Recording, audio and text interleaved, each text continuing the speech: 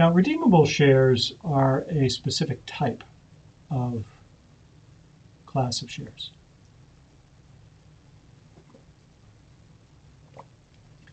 And they bring with them some interesting problems. If you know anything about options, you could consider a redeemable share to grant a person a call or a put option. So if you were to purchase the shares and the member has the right of redemption, then that member has the right to put the shares with the company and receive payment. If the right of redemption is with the company, then the company at a certain point in the future will have a right to call in the share, and the member will have to give up their shares and be compensated at that point in time. So this is essentially a right to repurchase shares, or a right to have your shares repurchased by the company. Here, authorization in the articles will be necessary. The model articles allow this.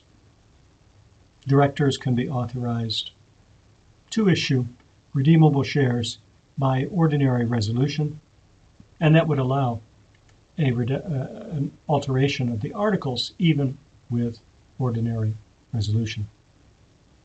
Redemption of shares, like ordinary share repurchases, are subject to the controls protecting creditors that we'll discuss more of next week. That is, the share capital cannot be used to purchase these shares back without protections for the creditors. Now, if the company fails to redeem when the holder requests that the company repurchase the share, then the holder may sue for damages, but may not request that the share be repurchased if the company does not have sufficient funds, which just essentially means that the right of redemption does not overrule the protections of creditors and the protections of share capital. So redeemable shares are one specific type of share right, and the redeemable class of shares emphasizes the right of transfer rather than the right of profit, liquidation, or voting that we've discussed so far. Now, a problem with the voting rights being adjusted in shares is the problem of unbalancing the ratio of ownership and power. So if weighted voting rights alter the ratio whereby one owns a certain proportion of the company, and therefore one has power over the company in that ratio, then this is seen as extremely disruptive for economic investment. And there are strong arguments from the market, that is, from financial investors, against this sort of disruption.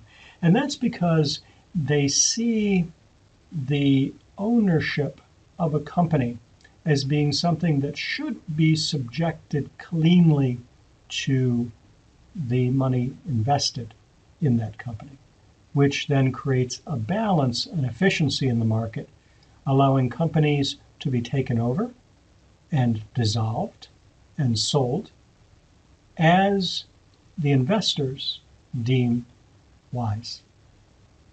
So we have the beauty of nature's balance when the power on the outside of the company can enter the company and do what it likes with that company.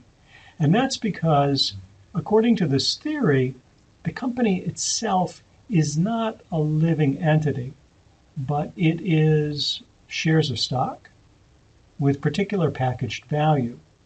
And these shares of stock need to be as liquid and as easily consumable as possible.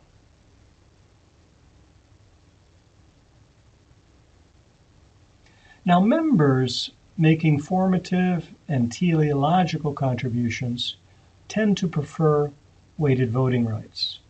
They look at the company as something other than an aggregate of capital which provides the ability to park investment.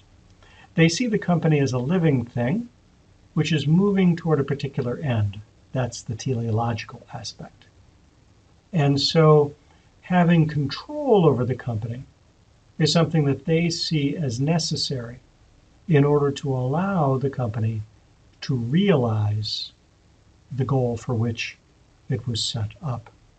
And so weighted voting rights are found in companies where you have founding members who have a relatively strong vision about what they want to accomplish. Companies like Google, like Facebook, like Alibaba. In these companies, the founding members have weighted voting rights, which prevent the economic investors from turning the company into something which should be broken up and sold off for the highest price. So shareholders making an economic investment do not like this, and this is essentially the source of argument about weighted voting rights.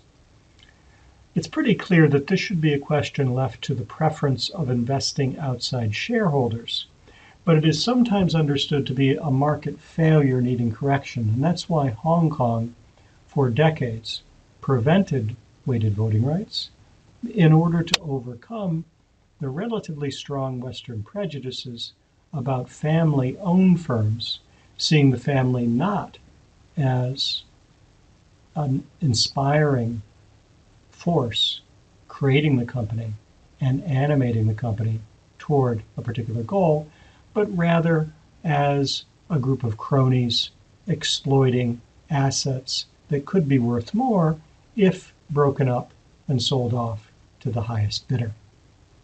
So Hong Kong fought this for a number of years, lost the largest listing in history, which would have been Alibaba, and then after about 15 more companies were lost, decided to allow the weighted voting rights, which was introduced in 2017.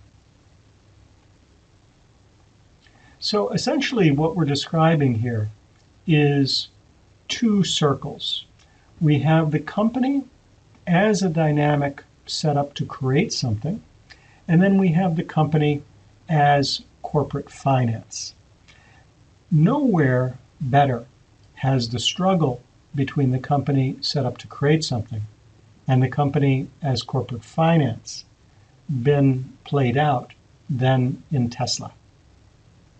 So in Tesla, we have the two circles being joined.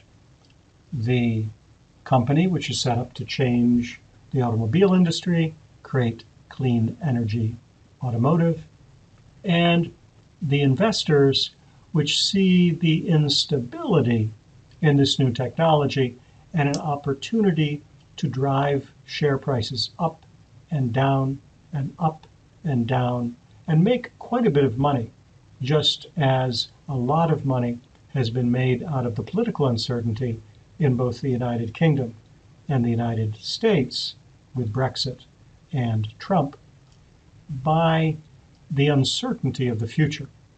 And broker-dealers on this uncertainty can move in buying low and selling high as prices fluctuate. So the story against Elon Musk is essentially, and this is a graphic that comes from Bloomberg, he is a burner of cash.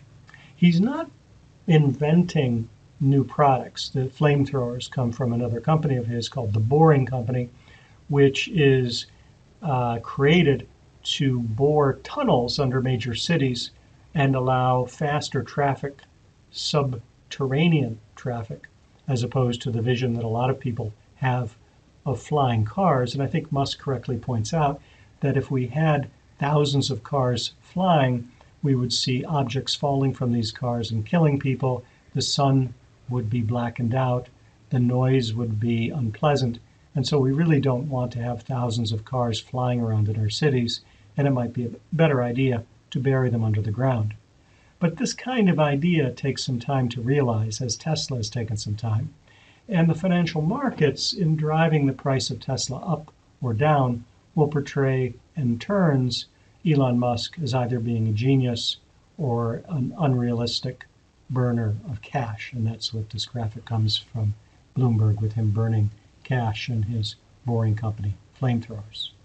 So this is what we're seeing in the problems surrounding the weighted voting rights in Hong Kong.